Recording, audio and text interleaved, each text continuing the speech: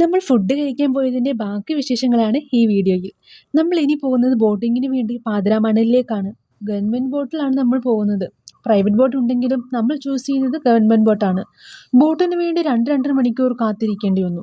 അപ്പോഴാണ് ഞാനിരുന്നതിന് ഓപ്പോസിറ്റ് സൈഡിൽ NCC parade കണ്ടത്. ഞാനും ഒരു NCC കേഡറ്റ് ആയിരുന്നു 3 വർഷം കോളേജിലെ.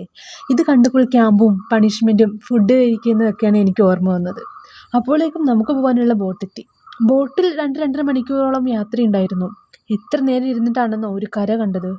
അവിടെ ഇറങ്ങിയപ്പോഴോ വ്യൂ സീൻ തന്നെ അടിപൊളി. പിന്നെയാണ് അതിൻ്റെ ഒരു ചതി നമുക്ക് മനസ്സിലായത്. പാതിരാമണലിലേക്ക് പോകാനുള്ള ബോട്ട് കേടാണ്. പോയ പോലെ തന്നെ ഞങ്ങൾ തിരിച്ചു കയറി. നമ്മൾ അതുകൊണ്ടൊന്നും തളർന്നില്ല.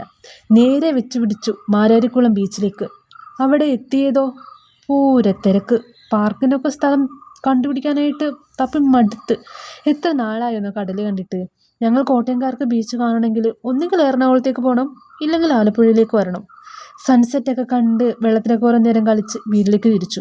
അപ്പം അടുത്ത വിശേഷമായിട്ട് വീണ്ടും കാണാം.